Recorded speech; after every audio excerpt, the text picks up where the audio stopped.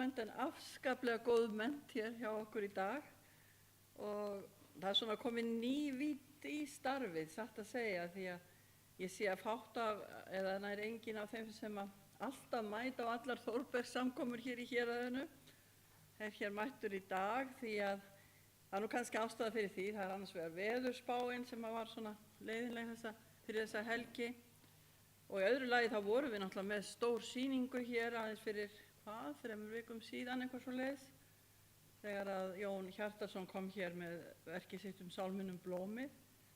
Stórkostlegt að fá hann hingað og var skemmtileg stund og þá var líka mjög vel mætt.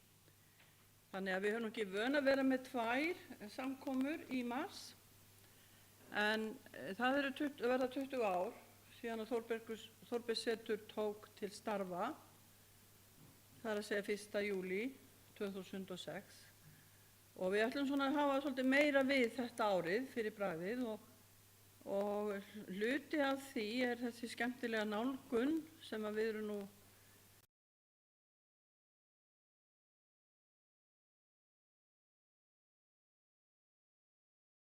síðustu Skaftafellssýslu og þar eru 17 nemendur, að ég fer rétt með, ég segi þetta á skaftfellsku, 17 nemendur, þannig að þó svo að við séum nú kannski ekki mjög mörg hér í dag, þá munu fleiri njóta þessa dags á öldum ljósvakans sem er svo gott í þessari nýju tækni sem að við höfum. Nú, Þórbergssetur hefur svo sem ekki verið að taka miklum breytingum á þessum 20 árum. Sýningin svo sama og Jón Þórisson setti hér upp í júnímánuði 2006 og við ætlum að gamni af því hér eru margir sem ekki hafa komið hér áður, þá ætlum við að hafa eftir dagskrána svona leiðsögn inn á sýninguna og við ætlum að dvelja stund, fyrst heimsækja kýrnar í fjósinu, síðan fara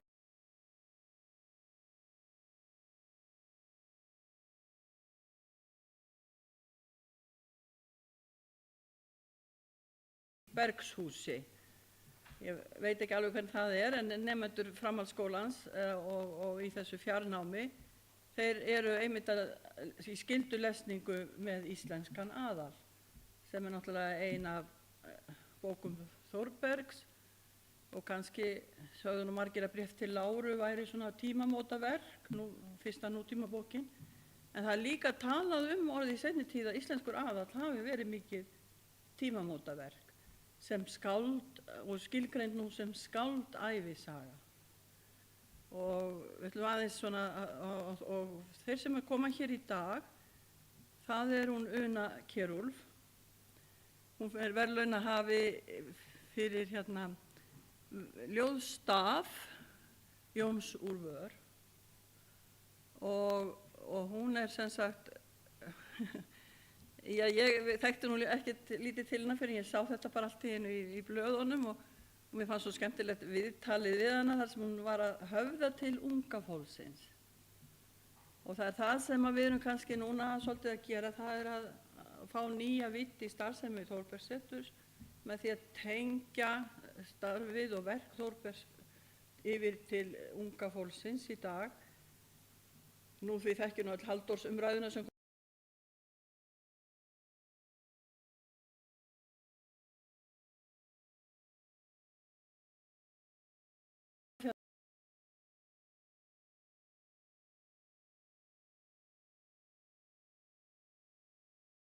og þannig við vissum ekkert af honum þó að það gerist ekki í dag. Þannig við lengjum nú svona aðeins í dagskráni í dag og svo á morgun þá verður nú kannski ekki hagstætt veður og ekki til ferðalega fram að hádegi. Þannig þá erum við að hugsa fyrir ykkur sem allavega dvelji hér og auðvitað allir velkomnir aðrir að þá verð ég með smá myndasýningu umhverfið hérna í kring tengt textum Þórbergs. Og það aðalega upp úr Suðursveitabókunum, þannig ég hugsa að það myndi líka henta mjög vel til kennslu, það efni. Og svo sjáum við nú til hvernig tíminn eyðist hjá okkur að öðru leyti. En ég býð ykkur semst hjartanlega velkomin og ekki síst hérna, ég sagði ég myndi nú kynna sennilega Grétar, en það er Þorkell Ragnar Grétarsson, gítaristi, og Björg Blöndal söngkona. Við höfum alltaf reynt að vera líka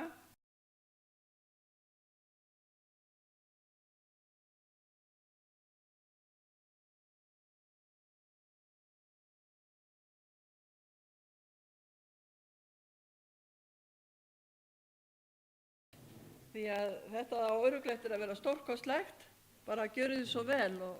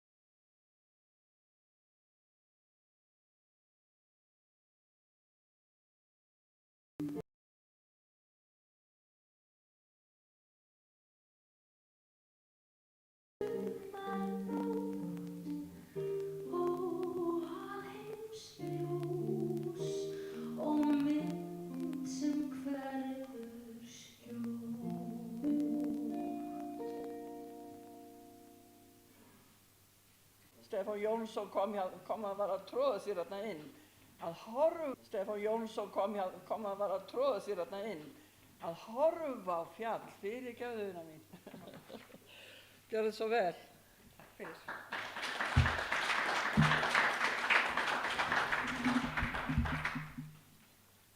Það svona ákveðin vatnaskil þegar maður beðin að koma og halda erindi sem á að höfða til unga fólksins og maður fattar að ég ekki bara að tala við jafnaldra mína.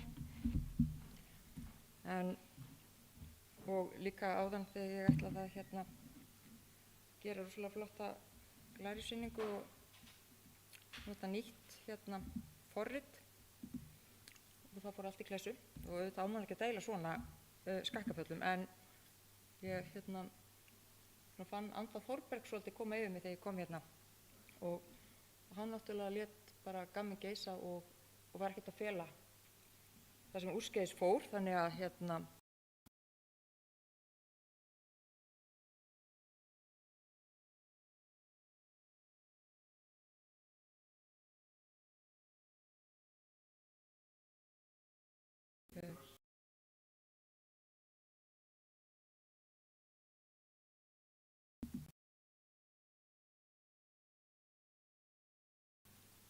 þegar ég fór að grúska svolítið í verkum Þórbergs þá fann ég við svo fallegar lýsingar á náttúru og sérstaklega á fjöllum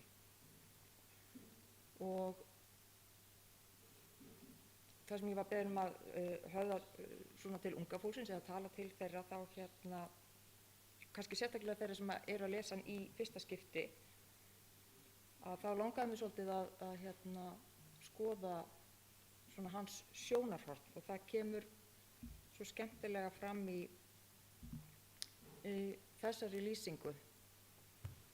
Þegar ég stóð lítið fífl úti á vestra hlaðinu á Hala sá ég hátt fjall langt í burtu í vestur frá bænum og annað fjall meira en helmingi hærra rétt vestan við það. Svo var ég stærri og þá hætti þetta að vera fjall. Það var bara hár hóll undir fjallsliðinni og milli hans og hlíðarinnar lá gatan sem var alfaravegur. Þegar ég var búin að læra að stíga niður vegalengdir þá var þessi hóll aðeins 200 faðma frá bænum og 105 faðma langur. En ég fann engin ráð til að vita hvað hann væri hár. Fjallið sem hafði verið rétt vestan undir honum var nú komið næstum klukkutíma gang vestur frá honum. Það var meistarverkið mikla sem kallað var Hellsfjall. Mér fannst þetta svo ótrúlega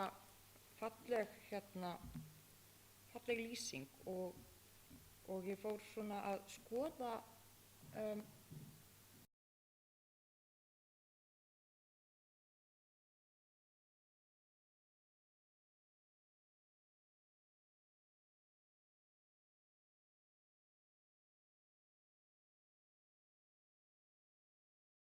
stekkar. Og við komum öll með okkar eigin sjónarhorn að lestri þegar við erum að lesa bækur. Og það byggir á fyrir reynslu, skoðunum okkar og skilningi og svo framvegis. Og við höfum líka ákveðið viðhorf til bókana sem við lesum og líka til lesturinn sjálfs. Og þetta náttúrulega líka bara almennt við lífið. Viðhorf okkar á mönnum og málefnum mótast eftir því hvaðan við horfum. Og ef við horfum alltaf frá sama eða svipuðum stað þá breytist það sem fyrir augu ber mjög lítið. En ef við leggjum það á okkur, þannig hvort tilnætt eða að fúsum við frálsum vilja að færa okkur úr stað og sjá fjöll og fólk frá nýju sjónarhorni, þá eru allar líkur á að lýsing okkar á því sem ber fyrir augu breytist. Og í þessu er Þórbergur algjör snillingur.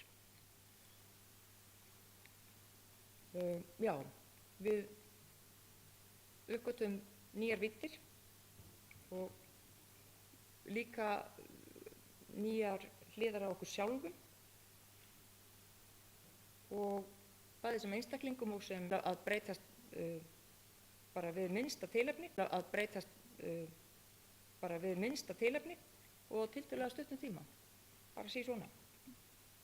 Og þessi lýsing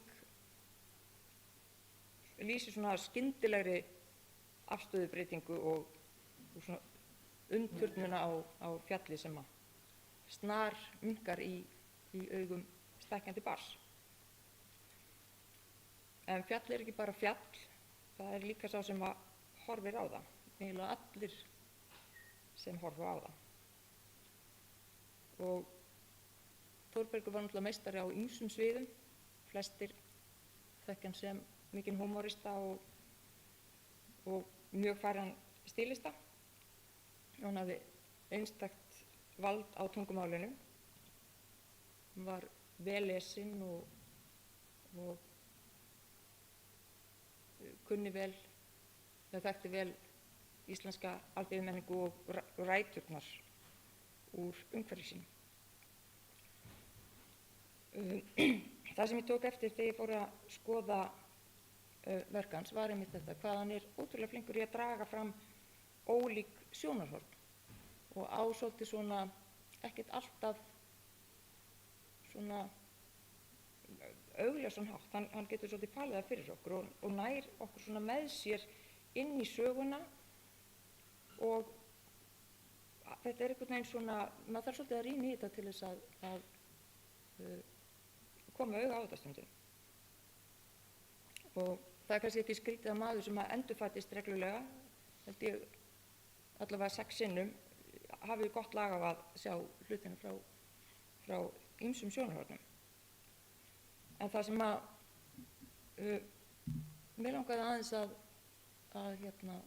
skoða, að það með þetta sjónarhorn og sagan, ekki sagan bara sem bók, heldur líka bara saga okkar, hvernig sjónarhorn okkar, hvernig við lítum á hlutina, mótar söguna og sagan hefur svo aftur áhrif á sjónarhornið.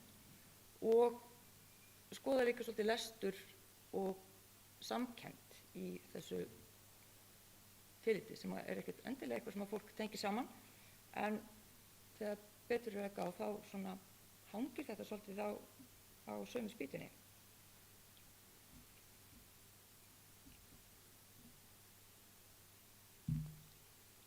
Og sjónarhornið í verkum Þórbergs mjög svona, hann mjög fyrirferðarmikil persóna, þetta eru fyrstu persónusögur og hann alltaf rosalega nálægt lesendanum.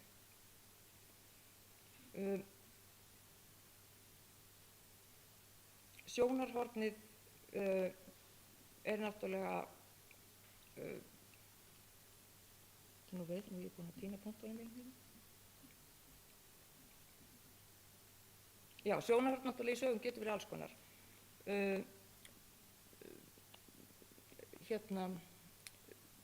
Sögumennirnir geta verið trúverðugir og ótrúverðugir en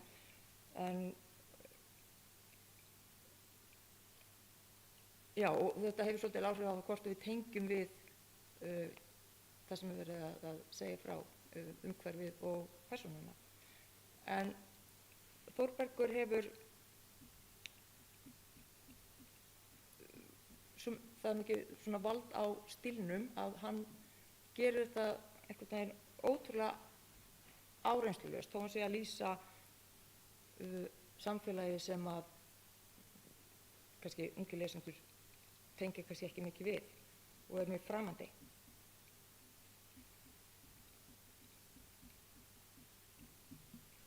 Já, hann mjög, eins og ég sagði, mjög svona miðlægur í persónunni, í frásögninni.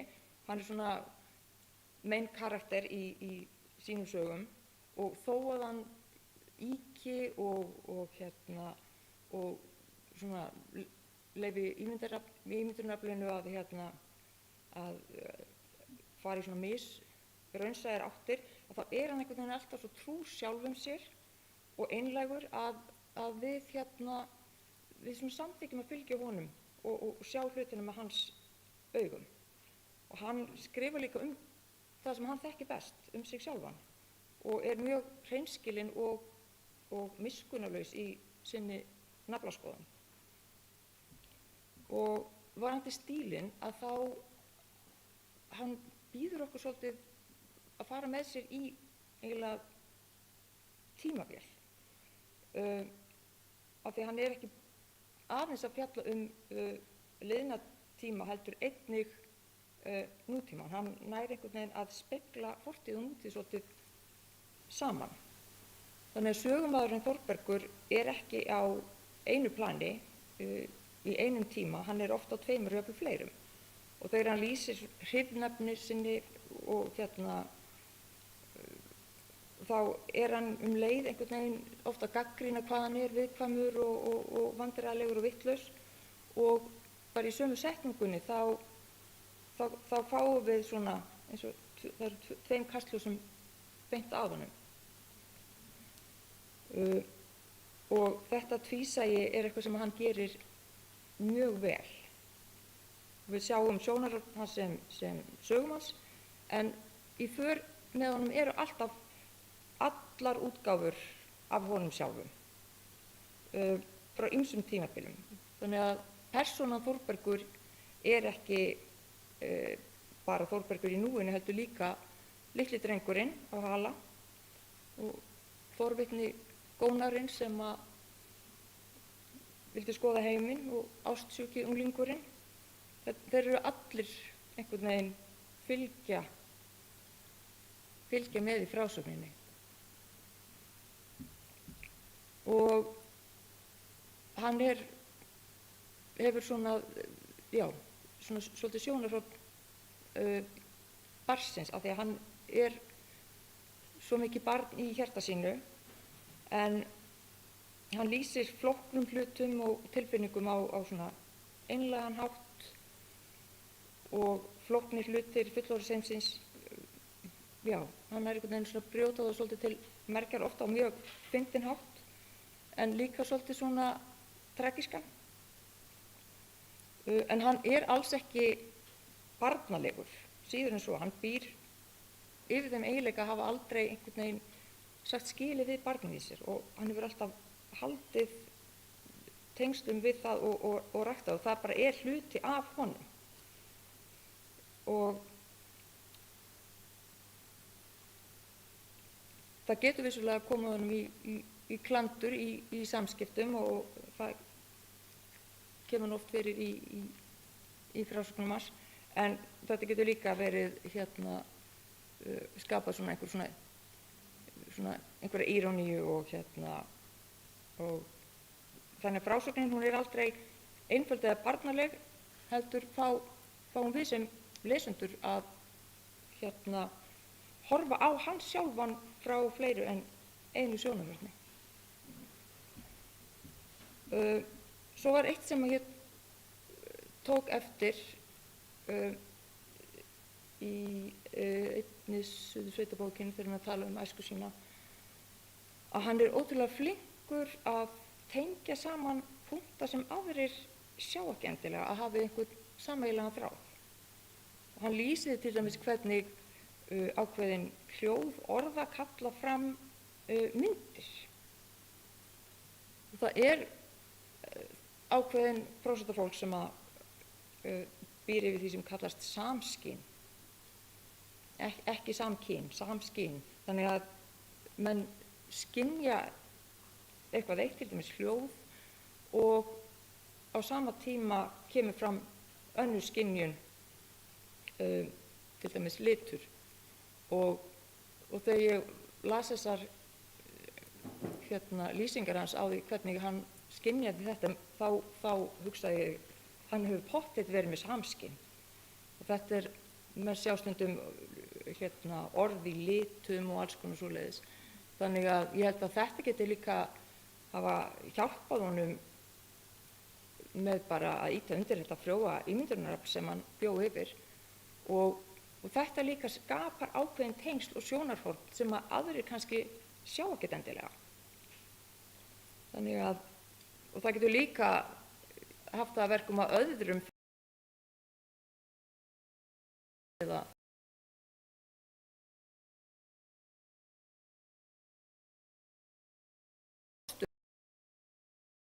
samskynslegt ýmislegt sem hann var að lýsa. En mér fannst þetta líka svolítið lýsandi. Þetta úr bók sem Þórbergur þýddi, úr jógafræðum. Og mér finnst einhvern veginn eins og hann hafi tekið þetta kannski svolítið bara líka inn í sín ritstörf.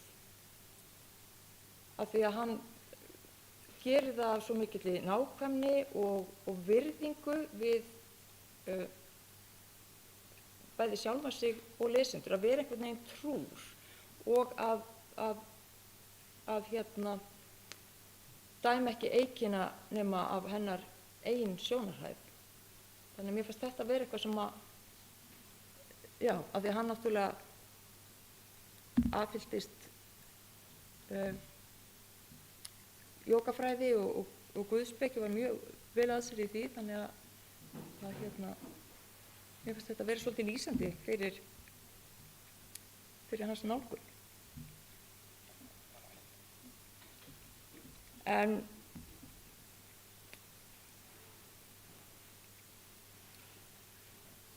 fór ég yfir eitt? Afsakið, nei. Já, sagan, eins og við þekkjum hana ekki, þetta kannski við svona seinni tíma kynslóðir sem að hafa ekki sömu tengingu við ræturnar og náttúruna, en það gríðarlega mikilvægt að við þekkjum hana og við vitum úr hvaða umhverfi við komum, og til að þekkja okkur sjálf þá þurfum við að vita eitthvað okkar rætur, úr hvaða samfélagi við erum sprottin. Og það sama hvaða ár eða áratugur unga fólkið alltaf unga fólkið. Og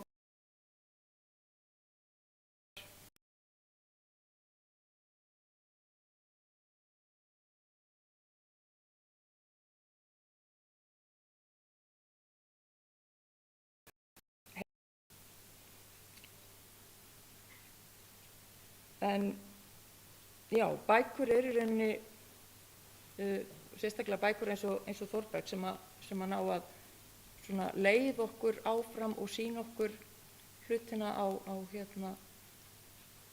frá mörgum vinklum. Þær eru algjör dýrgripur og geta hjálpað okkur líka að læra inn á okkur sjálf og sjá okkur sjálfin í ljósi. Og við getum líka kynnt okkur söguna og ræturnar með samtali við eldri kynslóðir. Við þurfum ekki að leita langt aftur í tímann. Gömlu dagarnir eru komnir alveg bara fram á þessa öld, skilst mér. Þannig að það ekki bara sögur af gömlu dönsum sem að ömmur og afar og frændur og frænkur geta sagt okkur, heldur eitthvað sem kannski aðeins nær okkur í tíma. Og þannig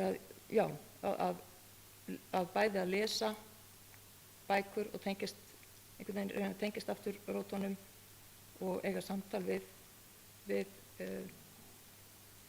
svona sér eldra fólk, það hjálpar okkur í þessu.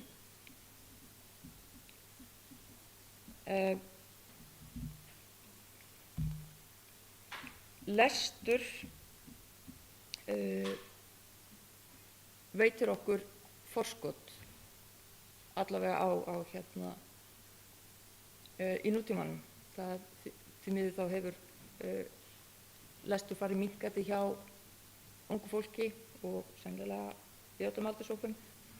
Þannig að, og svona öll umræða lestur á frekar neikvæðum nótum og sérstaklega þegar við erum að tala ungt fólk. Það mikið verið að tala unga fólkið og lesturinn, en það minna verið að reyna að ná samtali við það.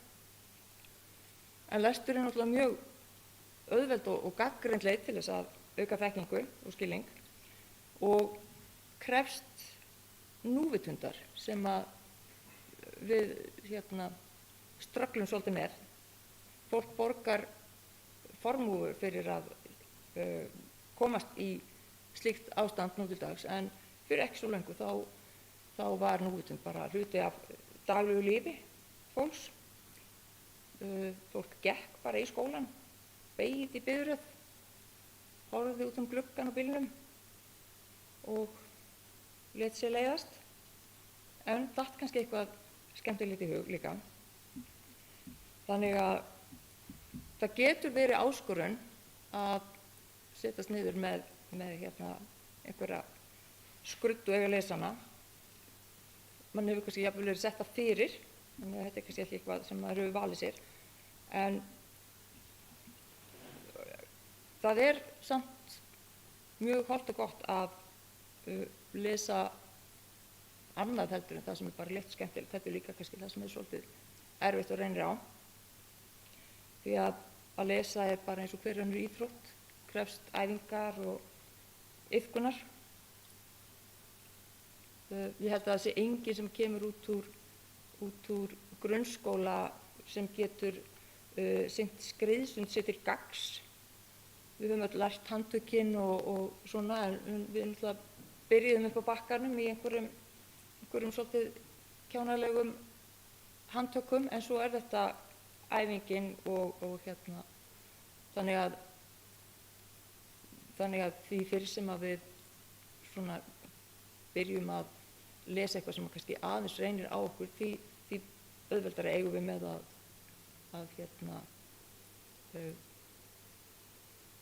að lesa svona aðeins flóknara og þyngra efni. Þetta, það herðir okkur bara. En lestur felur líka í sér afslöppun og það er einn mjög góður kostur við það að lesa, að ég hef aldrei vitað neina foreldra sem amast í barninu sínu fyrir það að vera inn í herbergi og lesa. Þannig að þetta er mjög góð leið til þess að fá að vera í friði, að taka sér bók og kíkja í hana.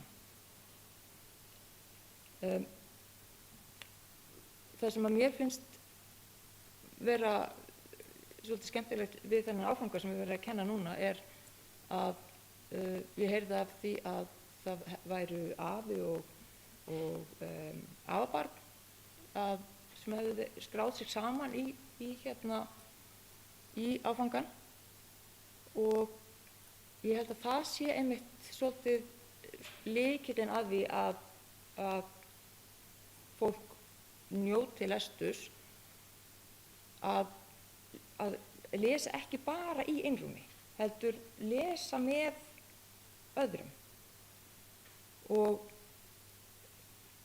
ég tala stundum bara fyrir að húslestrar verði teknir upp aftur, af því að það er mjög gott að lesa í einrúmi og bara fá svona rólega stund fyrir sig og fá að vera í friði og þurfa ekki að fara út með ruslið eitthvað því maður er að lesa.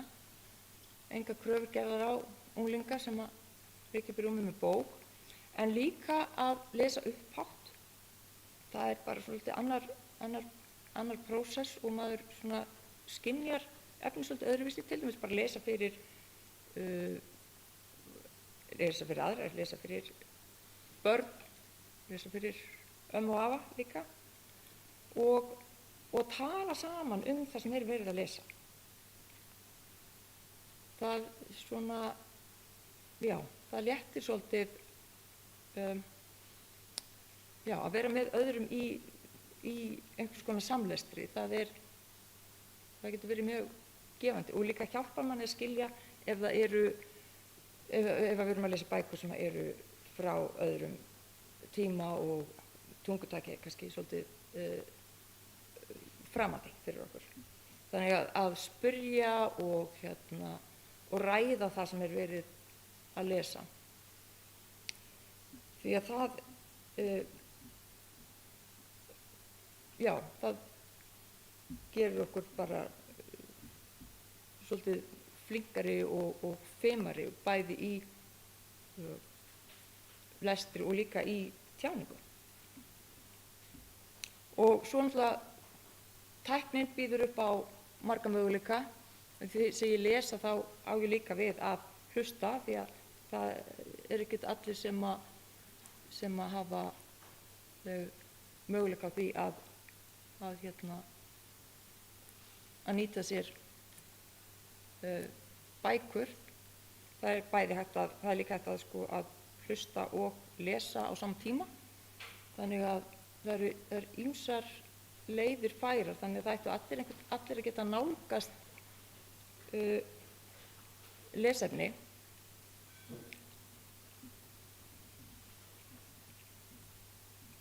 Og þegar við lesum að þá höfum við svolítið stjórnina sjálf.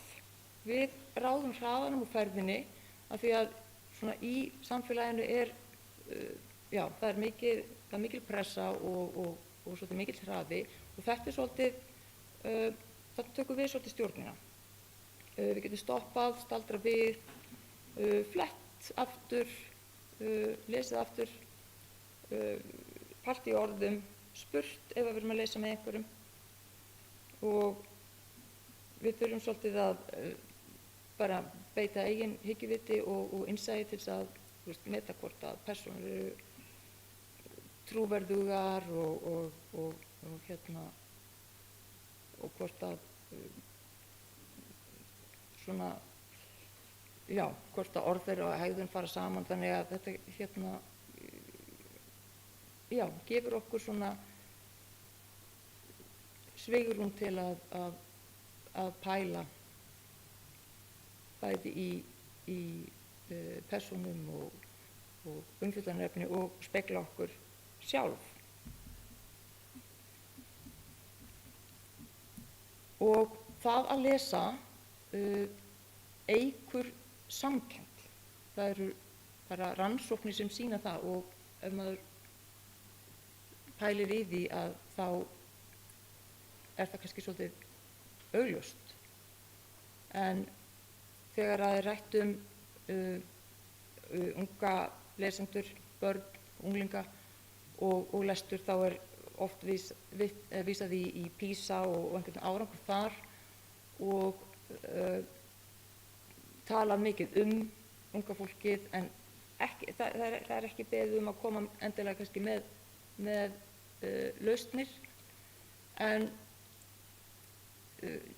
PISA hefur sýnt líka að samkennd fer minnkandi. Og ef við lesum og höfum tækifæri til þess að spegla okkur í persónum þar, og þá fáum við bara sjónarhorn og það eykur víðsýni okkar og skilning, þannig að það hlýtur að efla samkennd.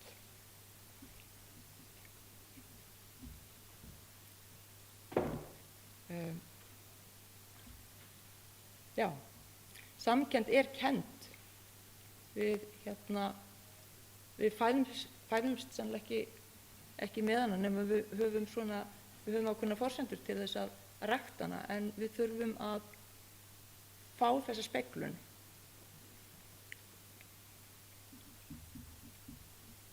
Og að lesa bækur er eitt af þeim tólum sem við höfum.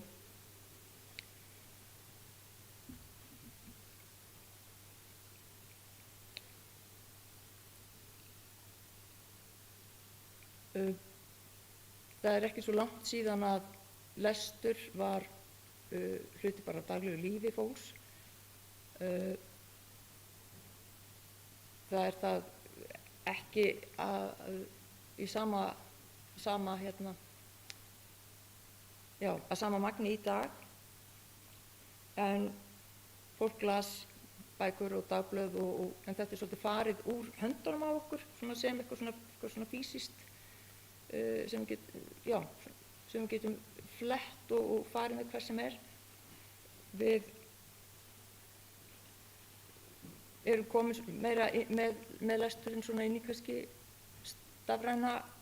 stafrænan heim og þar svona ríkja kannski svolítið önnur lögmál. Þar mætum við svolítið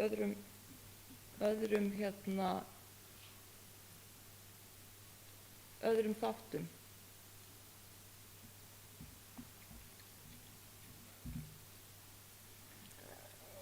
Og unga fólki það býr við ýmsar áskoranir í daglegu lífi sem eru kannski ekki svona til þess fallnar að ýta undir að mann setjist niður með bók. Það er margt frábært við nútímann og tæknina. Ég ætla ekki að tala það neitt niður. Við höfum það býsna gott, þannig að við búum í bara alveg ágætum heimi, höfum marga möguleika, en það er samt eitthvað sem er að angra okkur og allt of mörg. Og fólk er í auknum mæli einmana og upplifir sig útundan og vantar tengingu og það kannski tilheyrir ekki. Og það að tilheyra er náttúrulega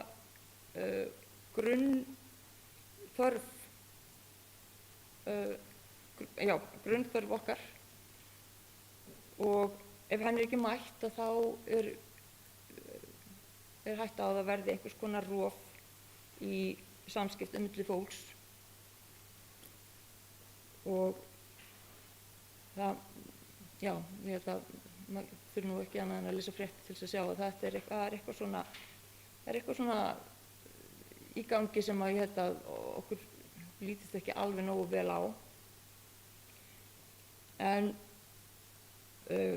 Og tæknin sem átti að færa okkur kannski tengsl hefur ekki alveg náð að gera það eins og hún var markaðsett.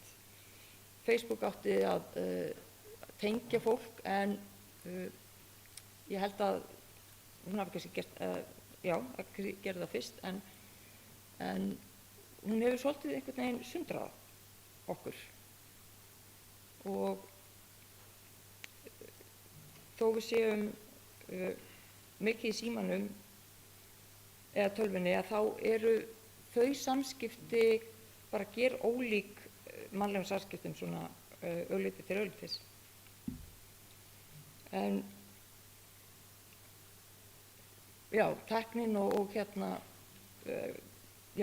ruglar svolítið í athyglinni hjá okkur. Það er bara mikil barátta athygli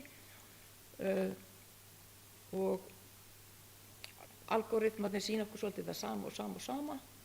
Þannig að við svona eigum það á hættu að lokast kannski inn í einhverjum bergmálshellum og eins og ef við erum bara með tónlist, ef við hlustum á Spotify þá býður Spotify okkur upp á meira af því sem við erum að hlusta á. Þannig að þetta svona þynnist svolítið út. Þannig að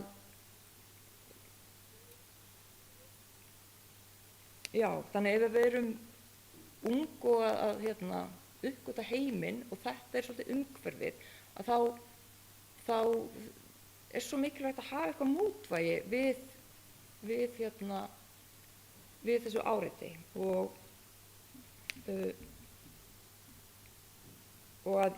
að ýta undir lestur og ýta undir samtal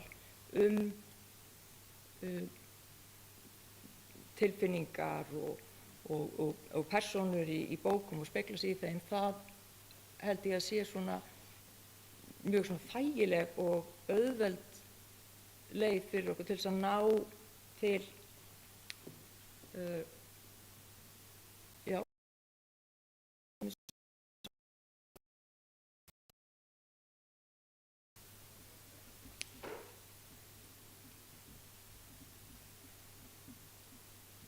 en ég held að það geti hjálpað okkur við að ná þessari tengingu sem að við erum svolítið einhvern veginn að leita eftir.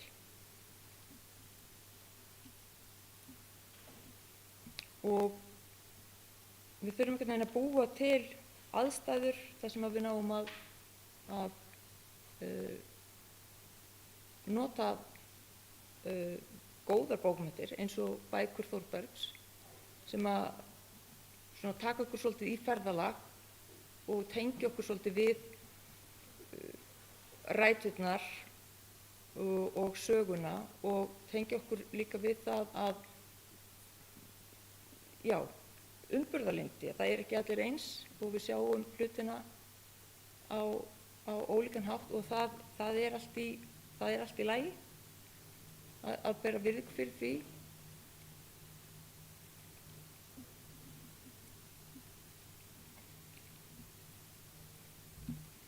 Og yfirskrift þessa málþings ég ekki móderni, ég maður eins og það verða á hinni öldinni, sem er tíminn sem við erum í hér og nú.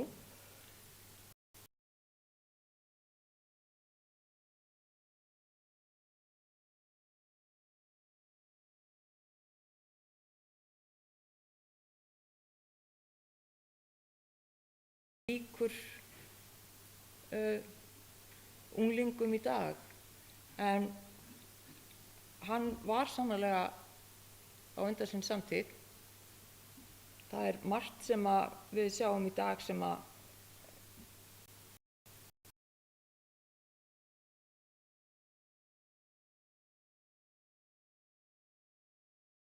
uppdráttar, tímarnir voru aðrir og það var ekkert öllum fært að fara í skóla, þetta var ströggl, þannig að okkar erfiðleikar í dag eru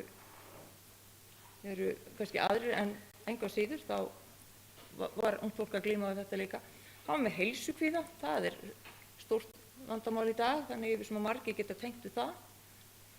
Hann var blankur, það voru erfiðleikar á húsnæðismarkaði þá líka og enn þetta í dag.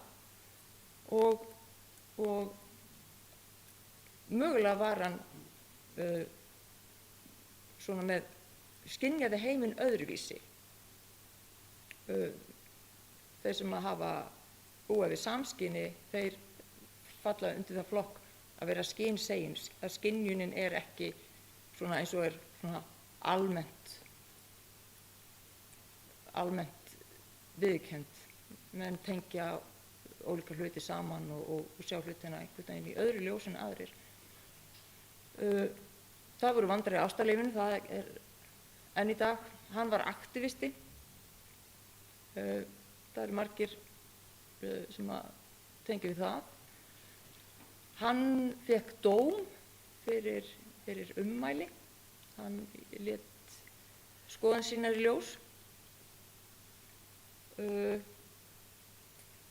Fékk dóm.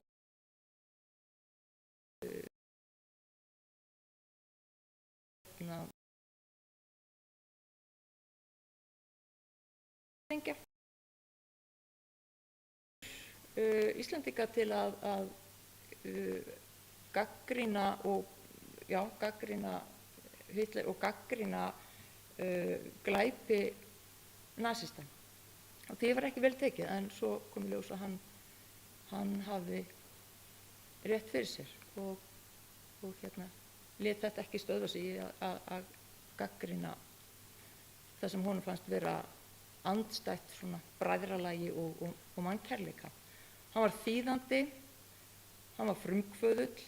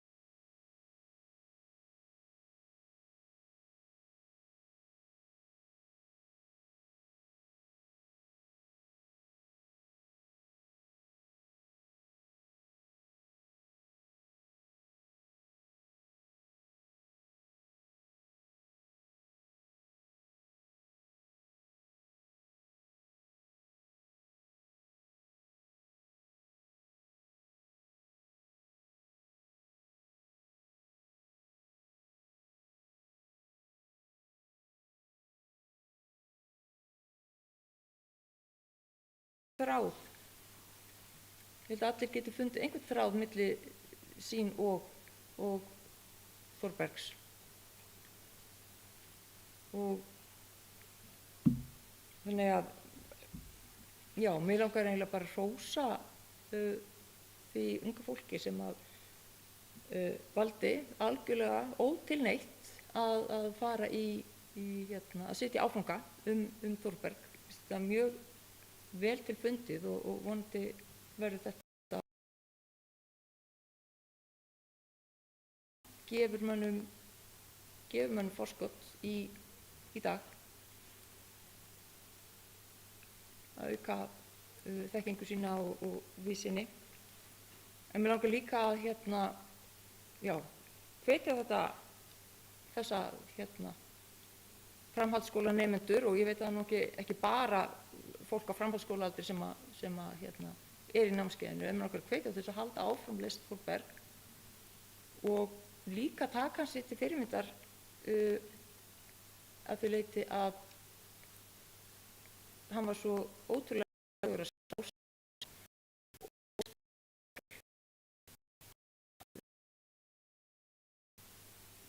sjálfstæður. En það er svolítið gaman að kynnast þessum manni aðeins betur og að skrifa niður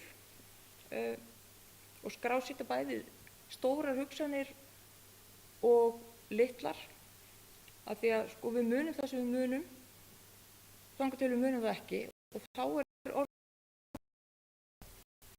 að ætla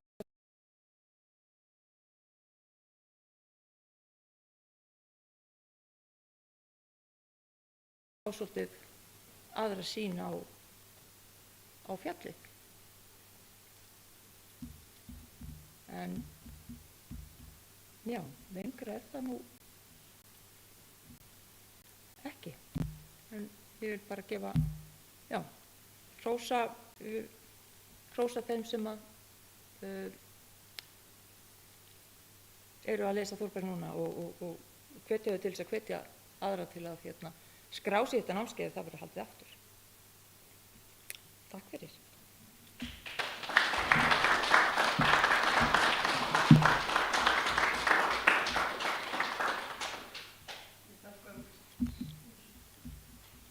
Við þakkum Unu kærlega fyrir hennar erindi og þessa sýn sem að það kom fram til nútíma. Það eru kannski einhverjum sem að vilja aðeins staldra við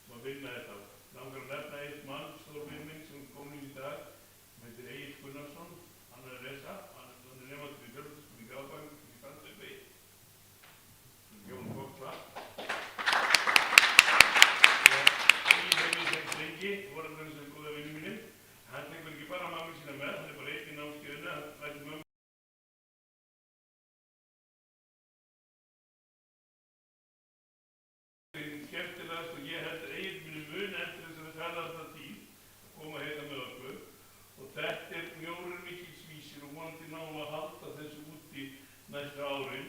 Við þurfum ekki marga, við eigum allt efni í námskeiðið. Flóki Larsen heitir eitt sem býr með konu sinni, kemstu sinni í Cornell og Ítalíu,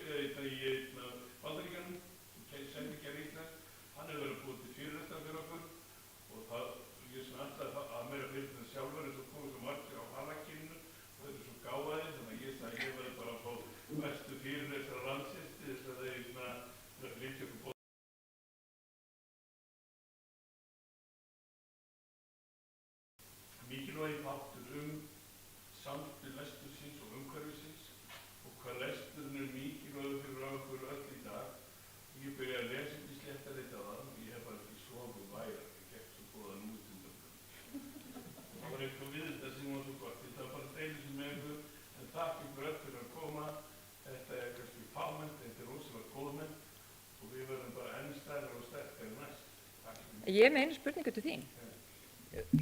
Þessi myndbönd sem við erum að gera, verða þau í boði fyrir aðra en þáttakendur námskeiðsins til þess að sjá, eða? Já, ég skal senda þér öll, en við munum kannski velja brota hið besta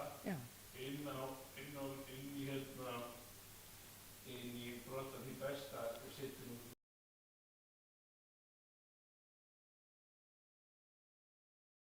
Víkingur Vívilsson er Breiðholtsræktar og Davíð Birgisson er hérna með líka, þeir voru nefndir mín í fyrra og hann er ættaður hér á Vestursýslunni og Mosum sem er hérna rétt hjá Keldunúpi, þannig að þeir þekkja þetta, hafa gaman að þessu og þeir hjálpa mér að óskapna við. Ég er ekkert geta án þeirra og þeir hafa komið hérna og hafa aðstoðað okkur og þeir eru svolítið góðar í að taka okkur. Við tókum mjög skemmtilegt viðtal við Steinunni Torfadóttur. Hún bjó heima í Þórsbergi árið 68-70 og flyttaði þeim. Bjó hérna í herbygginu Grófa. Svo erum við komið svo langt að Sigurður Ingvarsson sem býr þarna leikar, svona Ingvarsson Sigurðssonar. Fagstjóri þá í ML og einhvern veginn reyndi eitt að öðru. Svo var ég bara settur hérna 7. október, sendi ég umsókn, ég var útgefin klárpóstara sem voru til umfjöllunar í Kylvísi, í Valby þá, og bjóð til umfjöllunar. Svo voru landpóstarnir í settur mig á Austur í hendin umsókn, 5 vikum seinna var ég búið að ráða mig inn á Austur. Og við vorum veltað fyrir okkur í bas, hvað getum við gert til að efla skólan okkar. Grundvallarstefið í efla skólan okkar, sem hefur allt svona við svona ákveðin vandræði að stýra, það að tengja skólan inn í samfélagi, í bæði menninguna og náttúruna. Menningin er ríkuleg hér í Suðursveit og víðar. Við erum að reyna að vinna í þetta og ég er að reyna núna að fá Egil Helgason til að koma í Austur og taka fólk og staði hérna upp.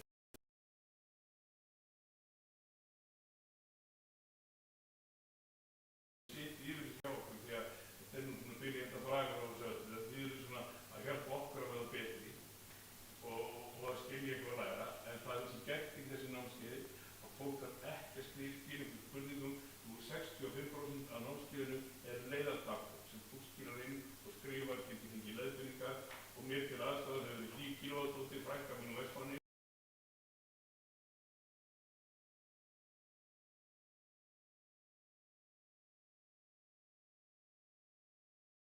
Draga fram hjá fólki hvað það kann ekki, heldur hvað það hefur skynjað og hvað það hefur lesið.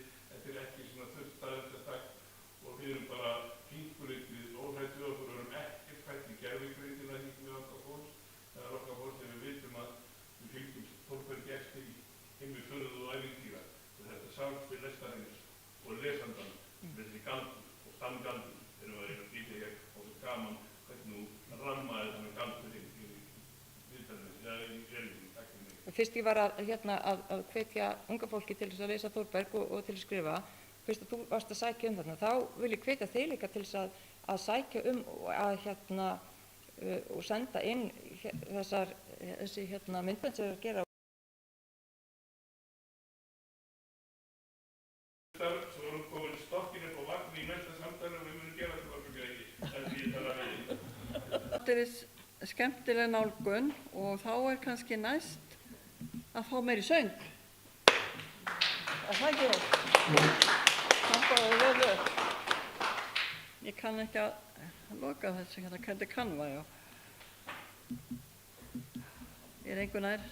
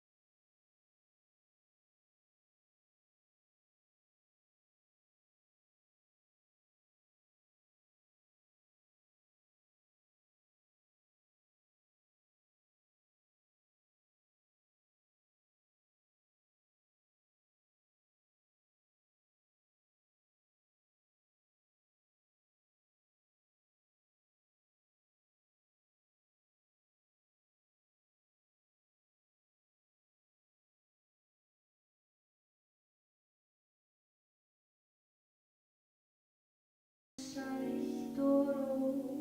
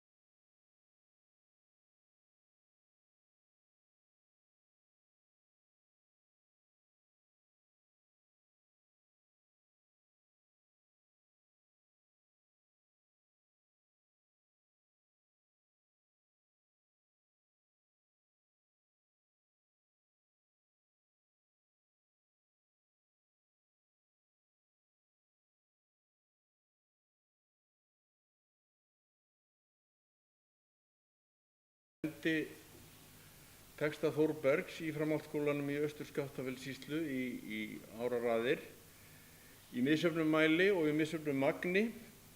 Við byrjuðum oft á að vera með styttri texta, kafla, ágrip úr ýmsum verkum hans og svo þróaðist þetta nú með árunum og svona kannski og eftir árið 2000 þá vorum við farin að lesa heilu ritverkin og ákváðum að velja það skipulega. Nú, það voru aðalega 4 verk sem urðu fyrir valinu og voru notuð til skiptis ár eftir ár eða með áraskiptum. Það var Ofvitinn, það var Sálmurinn blómið, það var Bréf til Láru og svo Íslenskur aðall sem ég ætla aðeins að fjalla hérna við ykkur á eftir. Íslenskur aðall gekk að sumu leyti ágætlega, ekkert kannski mikið betur en annað, en það var svona sumu leyti auðveldara að koma ýmsu af stað, umræðum og svona, ýmsum álitamálum og vekja umræður í tengslum við textana í aðlinum, en það var vissulega hægt með Bréf til Láru líka. Og allt gekk þetta nú ágætlega, en auðvitað strandaði maður á nokkrum stöðum. Og auðvitað kom hikst á suma hluti þegar farið var að lesa þessar bækur. Við völdum reyndar við völdum að setja þetta inn í áfanga með nemendum á seinni stigum. Nemendur sem voru 18-19 ára voru yfirleitt síðasti áfangi, skylduáfangi í íslensku.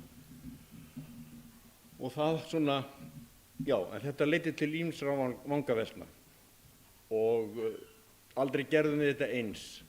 En ég ætla hér svona aðeins að byrja á að stikla á stóru varðandi útgáfuna, þar að segja íslenskan aðal. Bókin 200 blaðsíður lengd í 29 köflum sem að bera heiti, en þeir eru nú ekki númeraðir, þó ég númeraði það nú sumstaðar hérna á eftir svona kannski til þess að flýta fyrir að fletta því upp og finna það í bókinni. Söguefnið sótt til ársins 1912 að mestu leyti og bókin kom svo út 1938. Og eins og komið hér inn á áðan með dagbókina, hann styðst mjög víða við dagbókina í verkum sínum og þar á meðal í íslenskum aðli. Og sumstaðar tekin bara bein atriði úr dagbókinni til þess að heimfæra ákveðna hluti. Samtölin bera með sér að vera samin síðar. Það er alveg greinilegt og þau eru líka löng, 2, 3, 4 blaðsíður og þau eru auðvitað yngri. Skáldæfisaga, það hefur verið nefnt hér og það er svona þetta vörumerki, ef við getum sagt sem svo, með bókum Þórbergs, það fylgir þeim þetta hugtak skáldæfisaga. Og það var kannski eiginlega til þetta hugtak þegar fólk var að reyna að skilgreina sögurnar hans og aðferðina sem hann notaði við að skrifa ævisögu sína eða þessi brot, minningabrot. Og þannig að skáldæfisaga er eitthvað sem loðir mjög við allt og þegar fjallað sögurnar hans Þórbergs. Sá sem segir söguna hér í íslenskum aðli, köllum við sögumanninn, og hann er fyrsta persóna eins og Una kom inn á áðan. Hann segir frá ég í sögunni og er aðalpersonan. Og kannski Þórbergur á unga aldri, en við höldum þeirri persónu alveg kyrfilega aðgreindri frá höfundinum Þórbergi Þórðarsyni. Það er yfirleitt til mikilla bóta að hugsa sér þetta sem tvennt, í tvennu lagi. Þó að þessi alls ekki að neita því að hann er þarna yfir og allt kring og er erfitt kannski aðgreina stundum á milli. En höfum þetta aðgreint í þessu tilviki. Hann er nefndur Þórbergur eða jafnvel þú þarna rauðhausinn í sögunni og dylst þá engum að það er náttúrulega verið að vísa í Þórberg Þórðarson með einum með öðrum hætti. En þetta er 25 ára tíma speil sem við þurfum að hafa í huga. Fjarlægðin er er svo mikil frá því atburðir eru og frá því þar til sagan er skráð, og tíminn veitir tækifæri til að meta efni og flokka og vinna úr því á allan hátt. Svo gerist margt í lífi manns á 25 árum og það er þá enn ein ástæðan fyrir því að við skulum greina á milli Þórbergs og sögumannsins. En í tilefni dagsins þá ætla ég svona aðeins að útlista hvað ég ætla að reyna að gera hérna. Ég ætla að setja mig í þau spor að mér hafi verið boðið í samsæti ásamt ungu fólki og glerskapurinn hafi verið á Hótel Oddeyri. Hótel Oddeyri, þar voru ógleymanleg partí haldin í sögunni og við ætlum að skyggnast inn í eitt þeirra, eitt langt partí sem er svona einhvers konar þverskurður af sögunni í heild, og það var þessi íslenski aðall sem bauð til veislunar, það er að segja persónur sögunar og atburðarásinn sem við munum fá að sjá í svona sjónhending og fiska úr þar sem við viljum og okkur langar til að skoða betur.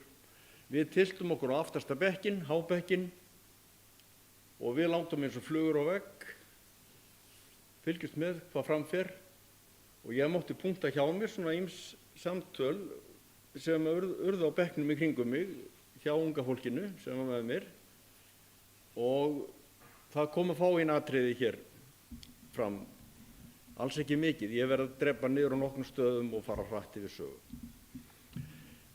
En við byrjum bara bratt á þessu. Þetta er bara bókum stráka að skemmta sér og tala stelpur eins og leikföng, segir ein stúlkan mér við hlið. Já, það er alveg hægt að færa rök fyrir því, og svona sjónarmið geta auðveldlega komið upp og ekkert gott með það að segja. Strákarnir á gestabekknum voru ekki alveg sammála, samskiptin geta nú orðið svolítið flókin milli kynjanna, að það nú ýmislegt að skoða og malda aðeins í móinn. Við getum haft í huga að samskipti kynjanna hafi verið söguefni alla tíð, en við kannski skoðum frekar hér hvernig hafi verið skrifað tilraunir stráka til að ná sér í stelpur, og kannski misheppnaðar tilraunir stráka og svona bjargar litla stráka reyna að veiða stelpur. Hvernig hafði það verið gert? Hafði yfirleitt verið mikið skrifað það? Við getum velt því fyrir okkur. Nú svo er þá hún, eða elskan mín, sem stundum er nefnd í sögunni. Hér í íslenskum aðli fer dálítið mikið rúm í að lýsa samskiptunum eða samskiptaleysinu, uppburðaleysinu sem hann hefur við stúlkuna, hana. Þau bjuggu bæði í Bergshúsi, Skólavörðustíg 10, veturinn 1911-12, og þessu er lýst dálítið vel í byrjun bókarinnar og svo aftur sérstaklega kannski í 25. kaflanum sem heitir Framhjágangan. Þá er svona að loka skrefið í þessu bjargarleysi hans undirstrikað. Þá er komið að eiginlega uppgjöf hans við að hitta stúlkuna. Strákarnir á gestabekknum hafa nú skoðun á þessu. Kannski er hann bara ekki tilbúinn til þess að gera neina alvöru úr þessu sambandi og hann vissi ekkert hvað þau ætti að tala eða hvernig hann ætti að koma orðum að hlutunum. Einhverjir strákar segja að þetta er nú ágæt lýsing á strákum sem getur liðið erfiðlega innan stelpur, mikil feimni og vandræðagangur. Og svo er líka áhætta, þær geta hafnað manni. Og svo er pressan, karlinn átti að hafa frumkvæði. Og það er vandlifað. En það var líka fæddur ráðgjafi og það var alveg óþarf að deyja úr ráðaleysi. Því að í hópi alsmannanna þarna á Hótel Oddeyri voru sumir kjarkaðir og einn sér á parti, Stefán frá Hvítadal. Hann var held ég með svörin sem að sögumaður beið líklega helst eftir. Því að í 23. kaflanum, Frjóvar nætur, þá liggja þeir saman upp á herbergi, sögumaður og Stefán, og eru að ræða málefnin. Það eru ástamálin og samskipti kynjanna. Sögumaður greinir frá því að það er einhver víbringur í loftinu, milli hans og hennar, og það var komið fram að háttamálum eitt kvöldið 1911-12 og Skólavörðustíg 10 og við heyrum hér Stefán spyrja nánar um það hvað hafi verið í gangi. Hvað var að gerast? Og hann segir, varstu aldrei var við að hún titraði þegar þú varst einn með henni? Það var eins og stungið að vera í hníf í hjartað á mér. Kannski var það heldur líkara því sem yfir mig þyrmdi hræðileg opinberun. Ég tók á öllum mínum kröftum til þess að sporna við snögglegum blæbrigðum í rómnum og segi rólegur eftir andartaksþögn eins og ég hefði ekki rennt grun í nein óvænt sannindi. Aldrei sá ég það beinlínis, en eina nótt þegar ég fylgdi henni niður í eldhús í myrkri hafði hún orðað því við mig að fyrrabragði þegar ég var að skilja við hana að hún titraði öll sömul. Og hvað gerir þú þá? Ég gerði ekkert. Ég sagði bara að hún skyldi flýta sér í rúmið til þess að henni hitnaði. Mikið bálfað fífl hefur þá verið. Nú, hvernig þá hef ég verið fífl? Veistu ekki af hverju titringurinn kemur í þær? Kemur hann kannski af því að þær vilja láta mann þukla á sér? Hreytti ég út mér leið og ég bylti mér upp í loft í rúminu í skyndelegu svitakófi. Já, það er óbrigðult merki. Vissir þið ekki að titringurinn stafar af því að þær þjást af karlmannsleysi? Nei, það veit Guð, það vissi ég ekki. Hvernig átti ég að vita það? Hvað hélstu að hún meinti með þessu? Ég hélt kannski að hún væri að fá lúnabólgu og flýtti mér frá henni svo hún geti strax farið að hátta. Henni myndi hitta undir sænginni og þá er þið kannski ekkert úr þessu. Þú ert sá mesti orkan fábjáni í kvennamálum sem ég hef nokkur tíminn á ævi minni þekkt. Þó að þú sett mikil gáfumaður og ágætt skáld. Ekki nema það þó. Að halda að kvennmaðurinn væri að fá lúnabólgu. Þú ert engu betri en Tryggvi áður en hann settist á skólabekkin hjá Sveini. Hvað átti ég að gera þarna í kolniða myrkri? Vildirðu það hafa ljós til þess? Þú áttir að taka utan um stúlkuna og þrýsti henni upp að þér og segja henni að þú elskaðir hana. Og svo áttir að fara með hann inn í herbergið og setjast á rúmstokkinn hjá henni til að byrja með. En ef hún hefði nú brugðist reið við og hefði hótað að kæra mig fyrir húsbóndanum ef hún hefði verið með svoleiðis uppgerðartildur, þá átti það að strjúka hana niður hnakkan. Er það gott? Það stenst enginn kvenmaður. Þá koma þeir alveg sjálfviljugur upp í fangið á manni. Þú getur haft hvaða stelpu sem er með því að strjúka hana vel niður hnakkan. Jæja, þessi þykist vera góður. Trúir hann að þetta virki á stelpur? Voru viðbrögð í mínum hópi á bekknum.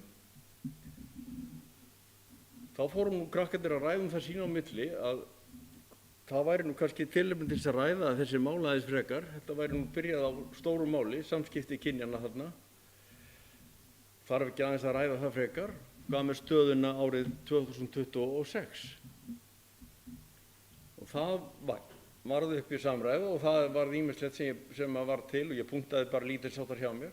Með þetta með virðingu í samböndum, mikilvægt að sýna það, hvað má og hvað má ekki. Og það eru allir mörk þegar kemur að samskiptum og já þýðir já og nei er nei.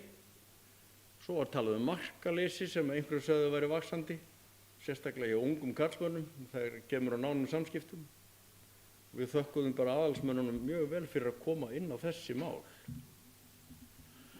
Það er innri barátt á líðan í sögunni, það fer ekki fram hjá okkur og undir lok annars kafla sem heitir Í ystu myrkrum, þar er skráð eftirfarandi.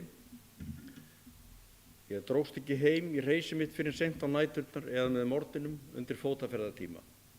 Háttaði, lekandi máttlaus, úttaugaður. Dottaði aðeins stuttastund. Dreymdi kvenn varga með óhreinar hugsanir.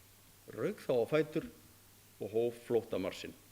þar sem fyrir var fráhorfið, hýttur af sporðdrekum heimsblekkingarinnar úr einu sýndarathvarfinu í annað. Og eins og hér við komum fram, dagbókinu var trúið fyrir þessu. Áfram segir, sálarástand mitt voðalegt, engin friður, eilíf kvöl, vonleysi og voði. Ég stend upp í ráðþrota og örmagna á líkama og sál. Þetta er úr dagbókinni frá 1912 og er sem sagt tilgreint þarna í þessum sama kafla.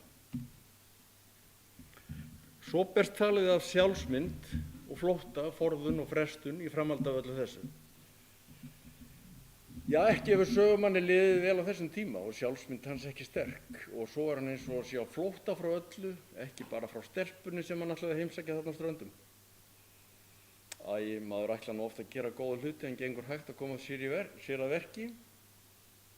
Ég er sjálf allt og mikið í því að fresta hlutunum. Ég hef nú stundum leitað að góðri afsökum fyrir að forðast að gera eitthvað sem mér finnst leiðinlegt eða erfitt. Og það er sko greinilegt að þessir aðalsmenn eru bestir í að koma sér hjá því að gera hlutina og standa við sitt. Hvað skulda þeir til dæmis mörgum peninga? Þetta eru svona viðbröðin sem við máttum heyra í þessu. Það eru sveiflur fram og aftur og upp og niður. Lundarfarið, það er ekki stöðugt. Bara með því að skoða kaflaheit í bókarinnar, þá sjáum við hvernig þetta sveiflast. Það er upphafningin mikla og svo kemur í ystu myrkra. Lýríski dagar fyrir dauðans dyrum.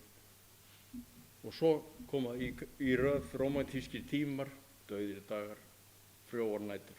Þetta eru sveiflur og það er ágætt að hafa þetta í huga þegar að við förum í gegnum bókina og það er hvergi sparað að lýsa þessu. Þetta tengir okkur við það sem kallað er nýrómantík í listum, bókmenntum. Hún sveifur yfir vötnunum þarna á Oddeyrinni og hún tengist mörg af því sem að nemendur eru látnir skoða, sérstaklega af fyrirhluta 20. aldarinnar og skoða ýmsa hluti. Þetta birtist í efnisvali, orðanotkun, hugmyndaheim og sýn skálda á lífið á fyrstu áratugum 20. aldar. Það eru þessar sveiflur. Það er þetta að láta allt vaða og þora að láta tilfinningar sínar í ljós og annað því um líf. Í 15. kafla bókarinnar sem heitir Sveinn Jónsson, þá er sagt frá þessu unga skáldi sem er nemandi í menntaskólanum og eitt af skólaskáldunum. Hann var í vinnu á Akureyri þetta sumar, einn af aðlinum. Og hér er að finna lýsingu á því sem oft er vitnað til sem einn af skýrustu myndar af því sem einkenndi rómantísk skáld á þessum tíma. Eitur meira eitur, vil ég dansa á heitur, er yfirskriftin. Það væri sannarlega rangt mat á samtíð Sveins að brennimerkja hann einan með því sálarástandi sem setti meginsveiflinn á kveðskap hans. Það var einmitt lífstónn þessara tíma, að ungir menn gengju með sundur flakandi hjarta af ólæknandi heimsreyður. Þeir áttu ekki að koma auga á neinn skynsamlegan tilgang í lífinu. Þeir áttu ekki að finna neina huggun í andstreyminu og umfram allt áttu þeir ekki að hafa neina von við aðkomu dauðans. Ef hinn óskiljanlegi Táradalur lagði þeim ekki nægilegan forða af hryggðarefnum upp í hendurnar, tóku þeir hreinlega til sinna ráða og skópu sér sjálfur heilan heim fullan af ósigrandi þjáningum. Það var fallegt að þjást. Það var fínna að ganga með samanbitin heimshryggðar svip á andlitinu en að gapa af lífsgleði. Hryggð og bölsýni báru vitni djúpt sálarlíf, miklar gáfur, umhyggju fyrir velferð mannanna. Og það var svipur nautn í þjáningunni og að standa yfir moldum framliðins vinnar síns sem maður var samfærður að lifi ekki eftir dauðan, skildi aðeins eftir nokkrar hugljúfar minningar á ljósastiku heimilisins. Þá heyrir maður sagt þarna einhvers staðar á bekknum, já þennan texta rámar mig í. Kennarinn okkar í framhaldsskóla las þetta ábyggilega upphátt fyrir okkur og útskýrið hvernig við getum betur áttað okkur á nýrómantískum einkennum á skáldskap, bara að muna að hafa þessa lýsingu hugfasta. Já, var þetta úr íslenskum aðli? Já, búin að stenglima því. Síðan eru það ferðalögin. sum ferðalög eru fréttnæmari en önnur og það er líka þannig í íslenskum maðli. Og það er ferðast í flestum sögum, hvar sem er á jörðinni, eða hvaða saga kemur í hugan þar sem allt stendur kyrrt. Það er þá helst á leiksviði, þar sem er verið að sýna okkur eitthvað brot á mannlífinu. En sum af ferðalögum aðalsmannanna eru eftirminnilegri en önnur og þau geta orðið okkur til skoðunar. En ferðamátarnir voru ekki svo fjölbreyttir. Það er fyrst og fremst gengið og það er þessi lengsta ganga hans frá Norðurfjarðarströndum og í bæinn til Reykjavíkur. Hún er svona kannski þekktust. Svo er farið á hestbaki. Skógartúrinn er þar kannski eftirminnilegastur. Og svo er siglt. Það er siglt fyrir Norðurlandi aðalega, reyndar í Borgarnes líka vorið þegar hann fór norður og það er stundum í brælu og menn komast svona í hann krappan eða það gerist ýmislegt. Og í þessum sambandi getur verið ágætt að rifja upp ferðalög og ferðalög getur orðið okkur skoðunarefni og það hefur komið ljós á gestabekknum leið og það var farið að velta þessum hlutu upp. Já, ég ætti að rifja upp ferðalag sem ég fór í síðasta sumar, best að ég skrái ferðasöguna.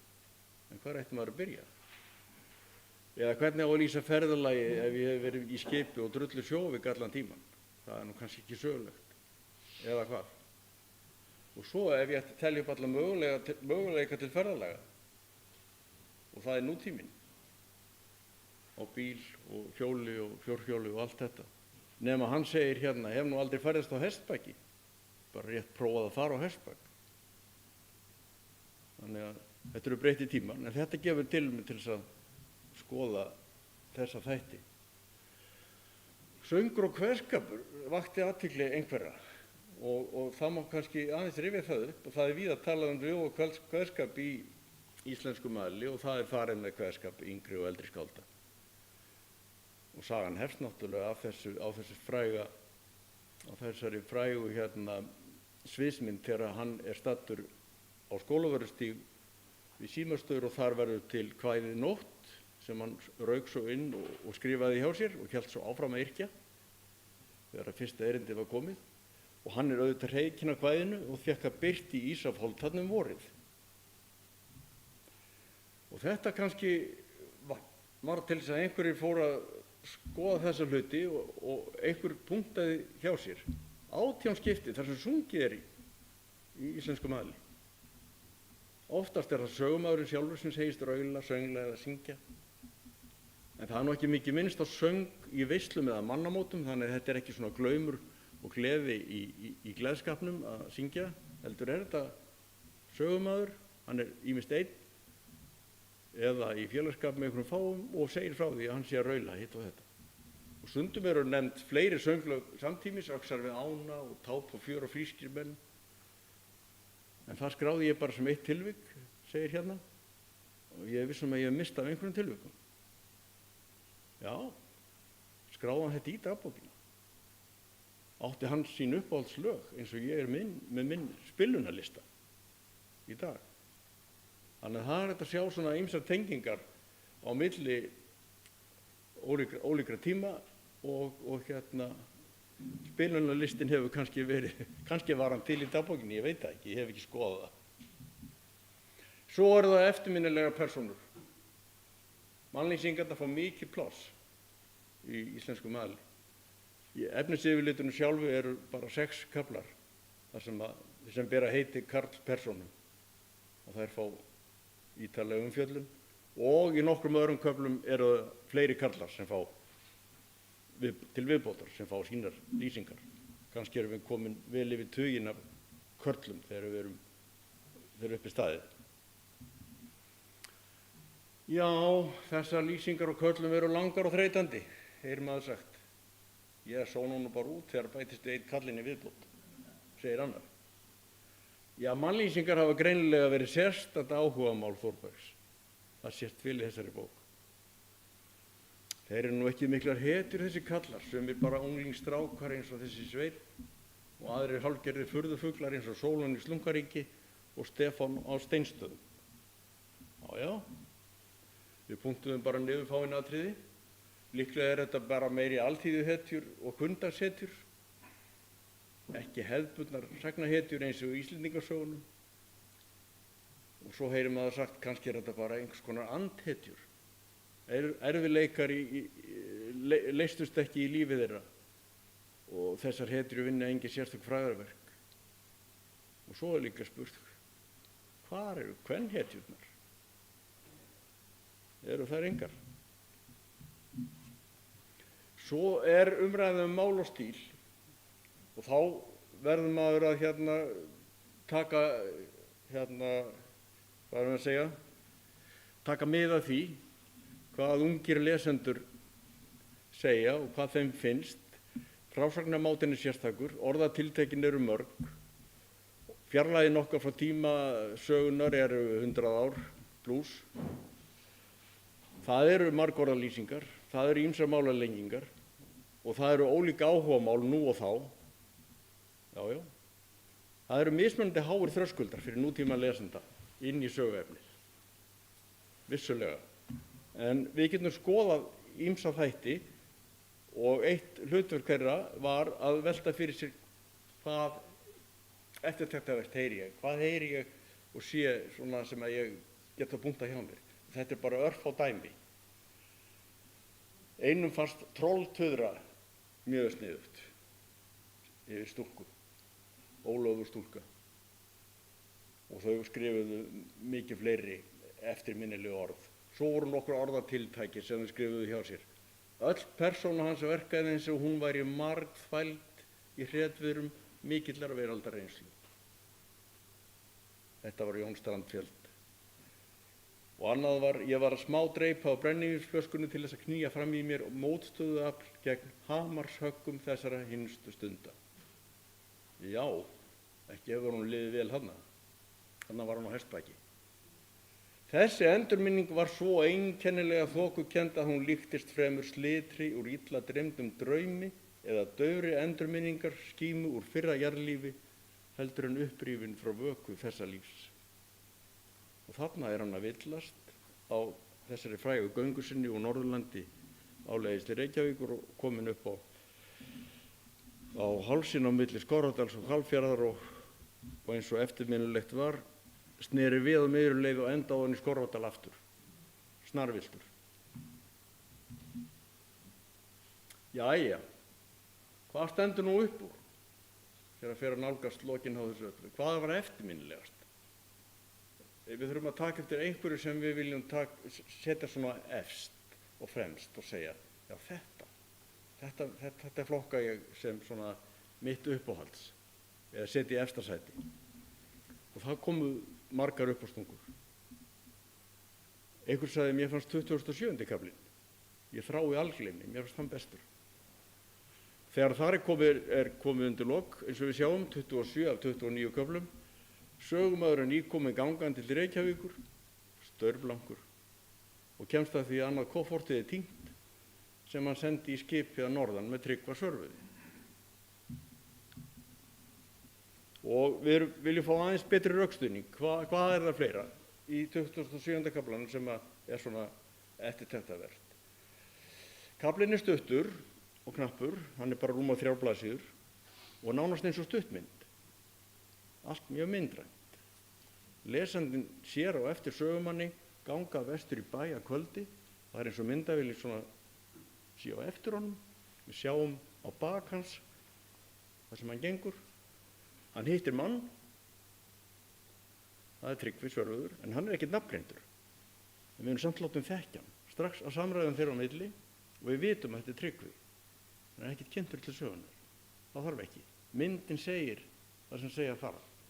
Af því að við erum látnir fylgja sögumanni. Það sem að Tryggvi situr á steinni í mestu vandræðum eiginlega sem við eigum eftir að fá að kynnast. Kaflinn er byggður upp á samtölum, þannig að það þarf ekki að skrifa þau einu sinni inn í myndina. Sögumaður kemst af því að koffortið er týnt og þar með helmingur af aleigunni. Og viðkvæði hans var nú þetta: það gerir annars ekkert til með koffortstjöfulinn. Slæris upp í kæruleysi. En það eru ástamálin. Þau ber á góma þarna enn einu sinni. En það er hugur í sögumanni þetta kvöld. Nú er hann ekki niður dreginn og hann er ekki að bíða eftir ráðum. Tökum eftir því. Nú skulum við hlusta á hann. Tryggva leiðist lífið og hann er í ástarsorg og þráir algleymi. Sögumaður tekur sér þá til og upphefur eldsnarpar ræður mislukkuð ástarævintýri og eftir að hafa talað í sig enn meiri hita kemur að því að sögumaður gefur Tryggva félaga sínum góð ráð. Er orgel í húsinu sem þú býrð í? Já, það er orgelfrétur til á neðri hæðinni. Máttu spila á það? Já, hvenær sem mig langar til. Þá áttu að auglýsa tilsögn í orgelspili. Þú getur líka látið það berast út bæinn að þú takir að þér að yrkja eftirmæli. Það væri kannski ennþá betra. Þú veist að kvenmenn eru voðalegar grátskjóður og þær eru ákaflega móttækjalegar fyrir líkamlega huggun þegar ættingjar þeirra eða vinir deyja. Og svo átt að strjúka þar niður nakkan ef sorgin og venjulegar handayfirlækningar duga ekki til að beygja þær. Strjúka þar niður nakkan. Verða þær kannski eftirgefimanlegri við það? Það er sagt að maður geti unnið allt kvenfólk með því að strjúka það niður nakkan. Við þökkum alinn fyrir góða skemmtun. Þetta voru svona nokkrir punktar sem að kom í hugan þegar ég fór að rifja þetta upp og velta fyrir mér sögunni enn einu sinni. Og er þá ekki allt sagt, alls ekki. Það er ýmislegt að margt að taka út úr þessu öllu saman. En ég féllst á það að koma hér aðeins inn á bréf til Láru í þessu sem að ég ætla að segja hér. Og það er óléttu sagan, eða þegar ég varð óléttur, eins og hún heitir í mörgum útgáfum, lestrarbókum og safnritum, þá hefur hún verið gengið undir nafninu þegar ég varð óléttur.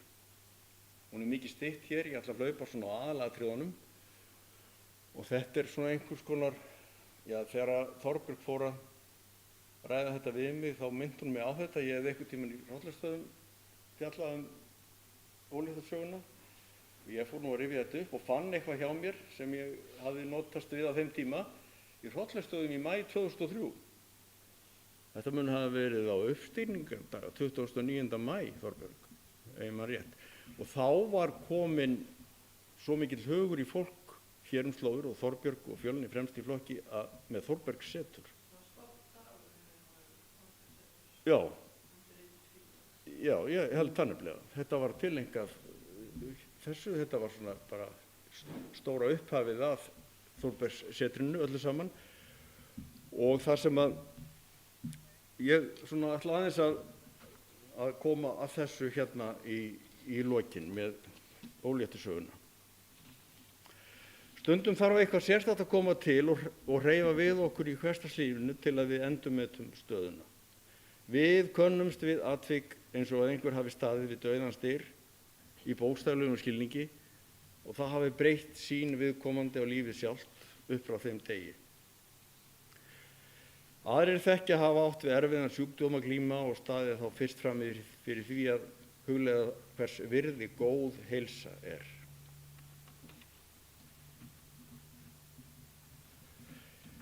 Kafli 23 í bréfi til Láru, hann hefst á þessum orðum: Í vitund minni er ekki mikill munur á hugmynd og ytri reynslu.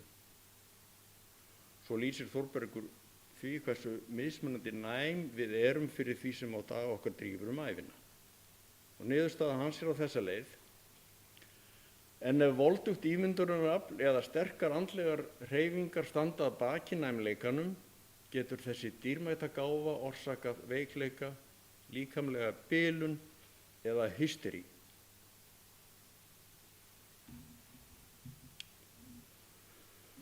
Ég var langt fyrir innan fermingu þegar ég gerði mína fyrstu uppgötvun í lífeðlisfræði. Hún var voðaleg. Það var einn fagran sumardag á Túnárslætti. Ég var að smala ánum í brekkunum fyrir innan bæinn. Þá datt sú samfæring yfir mig eins og þruma úr heiðskíru lofti að ég væri orðinn óléttur. Ég fór að rannsaka mig. Ég þreifaði, kreisti og þuklaði. Ég fann öll einkenni þess að þetta væri ekki nein ímyndun. Ég þorði ekki að nefna þessa svívirðingu við nokkurn mann. Því óbærilegar eru þjáningar mínar. Ég tærðist upp af andstyggð og skelfingu. Ég reyndi að íhuga þetta ástand mitt í einrúmi. Ég skaust til að lesa lækningabók Jónassens þegar enginn var nærri. Sárast sveið mér skömmin sem ég hlyti af þessari svívirðingu. Ég yrði allstaðar hafður að há og spotti. Ég þyrði ekki að líta framan í nokkurn mann, ekki að koma út fyrir húsins dyr. Þegar ég komst höndum undir fór ég einförum og rannsakaði ástand mitt gaumgæfilega. Ég fann að þunginn fór dagvaxandi. Mér fannst hann stundum jafnvel sprikla innan í mér. En hvernig í ósköpunum gat staðið á þessu? Með eitthvað hætti gat þessu ófögnuðu komist inn í mig. Lengi vel fann ég enga orsök. Þá datt mér í hug saga sem ég hefði heyrt stúlku norður í Eyjafirði. Hún hafði orðið þunguð af trekk í baðstofunni. Hún fæddi meybarn. Það var skýrt Guðrún Trekkvindsdóttir. Þessi orsök fannst mér geta átt vel við mig. Ég hafði oft göslast út í fáklæddur í hvassviðrum veturinn og nú minntist ég þess að mamma hafði oft varað mig við að láta mér verða kalt á kviðnum. Eitthvað var þó í þessu sem ég gat aldrei skilið. Seint og síðar meir áræddi ég að flýja með þetta vandamál til gamallar konu á næsta bæ. Hún var hálærð að því mér fannst. Hún hafði lengi verið yfirsetukona og tekið á móti fjölda barna. Ég hitti kerlingu út í Hlaðvarpa. Ég kasta á hana kveðju og segi í heilari einfeldni: Hvernig er það, Oddný? Geta konur orðið óléttar af vindsú? Kerling skelli hló að fáfræði minni. Þessar og þvílíkar hugrenningar settust engum að mér í einrúmi. Á nóttunni undu þær sig utan mig eins og smugálar, læstu sig í gegnum sál mína eins og grimmar ófreskjur. Ég stríddi á móti þeim af öllu afli. En þeim jókst kyngið við hverja mótspyrnu. Margar nætur kom mér ekki dúr á auga. Oft keyrðu kvalir mínar svo úr hófi að ég settist upp í rúminu, reri lífróður og þöldi bænir mínar í belg og beðu. Ég fann að óðum dró að endalokum þessara stórt tíðinda. Ég var orðin óskemmtilega framsettur. Kviðurum var orðin harður eins og sementsteypa. Ég var orðin þungur á fæti og dauðans heilsulaus. Eina nótt í ágústmánuði svaf ég venju fremur lítið. Lágnættið sat ég uppi, reri og þöldi bænir mínar. Rétt eftir sólris rann mér loks í brjóst. Ég svaf draumlaust til dagmála. Þegar ég vaknaði, skein sólin inn um gluggann yfir rúminu mínu. Ég var aleinn í baðstofunni. Allt heimilisfólki var úti við heifinu. Hvers vegna var ég ekki vakinn? Drottinn minn, var nú allt uppkomið. Átti nú að fara að hlífa mér við erfiðisvinnu. Ég rík upp úr rúminu og þríf hárbeitta brettu sem var stungið undir sperru í baðstofunni. Ég bregði egginu á nöglina. En hvað ég léttur á mér? Ég þukla og kreisti.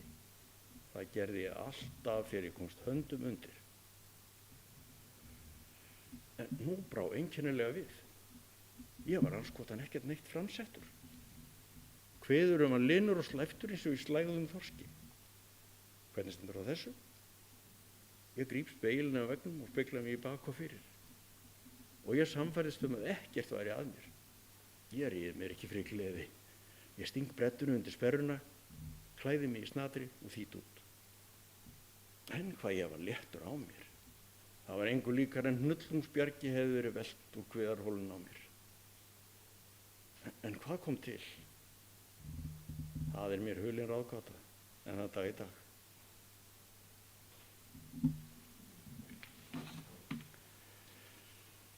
Þetta var frásögn Þórbergs í búningi sem honum fannst hæfa efninu. Í stystu máli var hér sagt frá ungum strák sem hafði átt í mikilli sálarangist og áræddi ekki að tala um það sem bærðist með honum. Það var ekki svo að sjá að nokkru í fjölskyldunni hefði heldur átt að sjá því að drengurinn var vansæll og vakti nætur. Hann var einn í þessum heimi ímyndunar sinnar. Við heyrðum að lausnin frá þessum ósköpum birtist að morgni, þegar drengurinn vaknaði og sólin skein inn gluggann yfir rúminu hans. Við skulum ganga út frá því að þegar Þórbergur skráði söguna hafi hann virt liðna atburði fyrir sér í ljósbroti tímans sem fulltíða maður. Tímaspegillinn, kannski ekki ólíkt fjarlæðinni sem hann hafði á atburðina sem urðu síðar kveikjunni að íslenskum aðli. Lýsing á löngum liðnum andvökustundum með tilheyrandi kvíða og angist lifnar við í huga lesandana. Við horfum upp á vaxandi vonleysi drengsins og vanlíðan sem snertir okkur öll á einhvern hátt. Höfundurinn gefur okkur magnaða innsýn í ömurlegar andvökunætur og hann veitir okkur hlutdeild í því hvernig kvíði og skelfing getur grafið sig, jafnvel alveg óviðbúið og vafningalaust. Við ráðum ekkert við. Höfundurinn sá skoplegu hliðina á óléttunni og dró hvergi undan í að finna réttu lýsingarorðin sem undirstrikuðu ógæfuna sem blasti við þegar kæmi að því að verða léttari.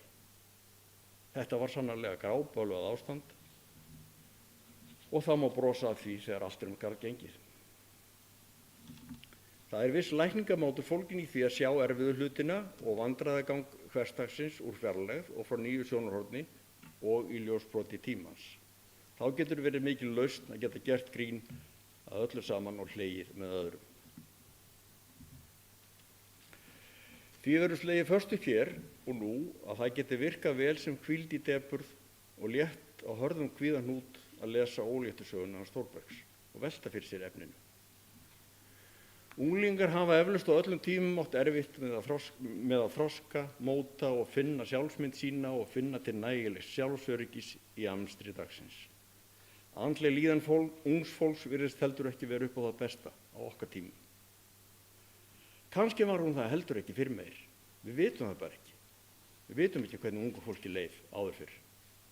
Fullorðnir einstaklingar, fólk á öllum aldri, gengur sömuleiðis með böggum hildar og aldrei virðist vera nægilegt framboð af stuðnings- og meðferðarúrræðum fyrir þau okkar sem þurfa á sálrænum stuðningi að halda.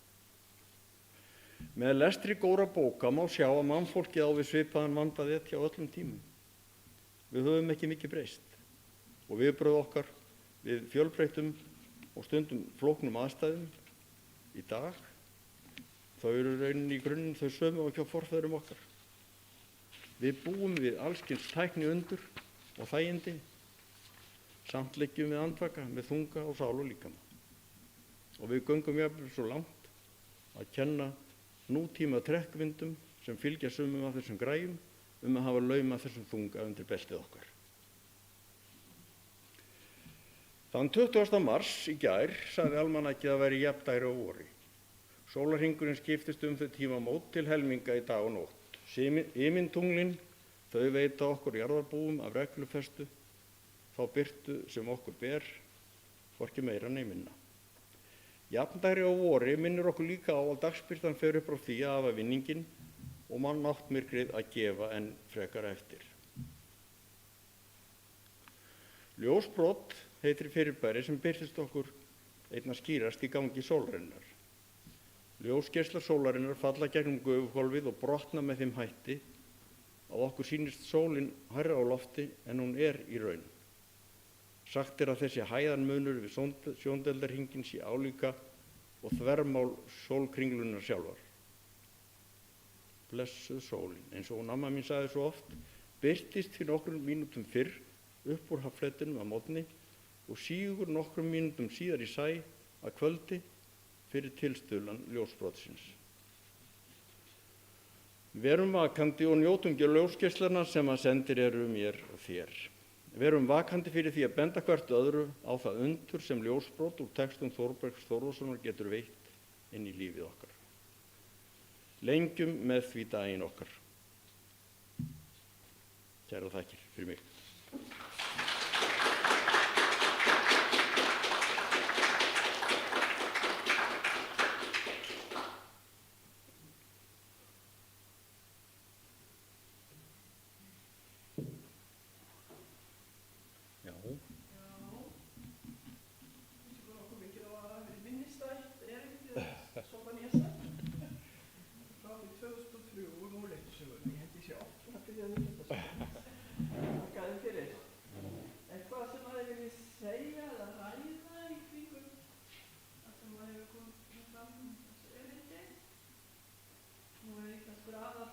skylduresling hjá nemyndum í fjarnámi framhaldsskólanum og þessi nálgun var skemmtileg í nútíman að mér fannst. Og það er nú svo þegar fjallum Þórberg að hann er alltaf að koma hann á óvart og það er eins og sé endalaust hægt að spinna í kringum verk hans. Það er svo mikil heimspeki, mikil speki, lífsspeki sem að byrtist okkur. Oft kannski þurfum við svona skýringa við, en það er svo gaman að skýringarna geta verið svo margþættar.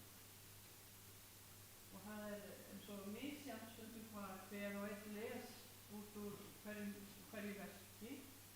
Og þetta er svo með bækur, sko, það verða svolítið til alltaf inn í höfðin á hverjum og einum og mynda þar einhvern sæti sem að stundum fylgir okkur allt lífið. Og af þessu leikinu til held ég að þetta verkefni okkar hérna með framhaldsskólanum eigi sér raunverulega gullvöll og ég vona bara að þetta geti þarna svolítið áfram sem svona fjarnám sem nær til á stærri hóps allt land. En ég held að hafa fleiri orð. Þetta er flott með þetta fjarnám, sko, nú er deila þessum íbúi í Árnasíðu geta tekið þátt og við erum svo föst í að vera alltaf á sama stað og lesa svona bókina. Kannski það mátt að meira var, kannski það sálurinn verið betri, við erum ykkur aðar, framvægt í mínum hugum en það illa mér það veginn. Þannig að það er einhver einn bók sem við tókum að sérstaklega og það er alltaf eins og hver bók Þórbergs eigi sér sína veröld, sko. Það er svo erfitt að meta það og bera það saman þannig séð. Þetta er svo víður mismunandi skyn heimur sem birtist manni í gegnum verk hans. Sálmurinn Blómið er náttúrulega alveg einmitt fyrir sig, sko. Sérstök bók í, kann hægt sagt bara í öllum heiminum. Að fylgja svona eftir litlu barni inn í þroskan og það að verða til, sem sagt, í hugarheimi barnsins. Þetta eru fjóra bækur sem við fræðum að skoða, sko. Sálmurinn er njóta eins og við erum ólöftu. Sálmurinn aðaltinn 40 ári fáðið. En það er ekkert þess að þetta að stá fræjum svona og svo er svo gaman með listina, sko, að upp að fræjum getur sprottið svolítið mismunandi listræn verkefni innan töluvert náða að sá fræjum yfir í myndlist og hérna ljósmyndir eins og kannski sést aðeins hér og svo er tónlistin. Þeir hefur kannski voru með þetta á einu fræi þar með hérna að þau tækja sér til og fara að æfa lög við texta Þórberg og svo framvegis. En svona er nú þetta, hann svo sem býður á daginn og ef hann hafi ekki eitthvað sem við langar til sérstaklega að ræða í framhaldi af dagskránni, þá myndum við kannski bara standa upp og rétta þess úr okkur og eftir svona 5 mínútur leggja af stað í smá leikstörn sinna sýningu. Ég er ekki allir sáttu við að við tökum eitthvað upp sem farið í gerðum sáttu við það. Ég er komið teiknutökumann í Víking, þannig að búa til þátt eiginlega og þannig að þið vitið bara af honum þarna inni en við erum að reyna að miðla út til hinna því að við erum honum svo mikið velta fyrir okkur fjarnámur það eigi allir heimagengt og við vonum til að fá hina nefnum sér í námskeiðum bara eitthvað í sumar. Já, en þá bara að lokum þá ætla að muna að lesa fyrir okkur verðlaunaljóðið sitt sem að hún hérna Ef eitthvað skipt tölvu. já, sem að hún fékk verðlaun ljóðstafs Jóns Úlfur fyrir núna daginn og hérna þegar okkur að heyra verðlaunaljóðið bara til hamingju með dagina og þakka þér fyrir kærlega fyrir að leggja alveg að koma hérna til okkar og gjörðu svo vel.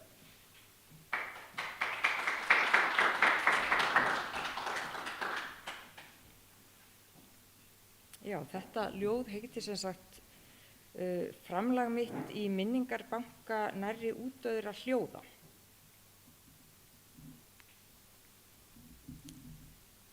Skrjúf, klonk, fst, dadonk. Ég framkalla gömul bakgrunnshljóð eftir minni. Lokhljóð úr málmgini. Skrjúf, klonk, stundum fst, dadonk. Eftir magni og undirlagi. Hljóð sem var boðberi frétta, utan úr heimi, úr næsta bæ, næstu götu, frá gömlum frænkum, stofnunum, pennavinum, innan úr draumum, óskum og vonum, lukku, ef þú slítur ekki keðjuna. Frá hendi til handar, húsi til hús, bárust boð, og heimurinn stækkaði með hverjum skelli úr gómi ginsins. Hægt og bítandi, bréf fyrir bréf. Skrifuð af natni, skyldu, þakklæti, áminningu, söknuði. Að nóttu, í flýti, með lykkjum, á útlensku, á dulmáli, villi vekk, virðingafyllst, með kæri kveðju. Skrjúf, klonk, fst, dadonk. Hljóð óvissu og eftirvæntingar, eins og biðin eftir pökkum á jólum eða skilaboð á miðsundi. Er þetta til mín? Hver heldur utan gömul hljóð sem eru við það að hverfa? Hvaða stofnun tekur við þeim? Ég skrásett hljóðin, færi upplifun þeirra í orð. Póst nálæg. Fjölrituð blöðin ber ég út, hús eftir hús, götu eftir götu. Í hverfinu bergmálar. Skrjúf, klonk, fst, dadonk. Takk fyrir.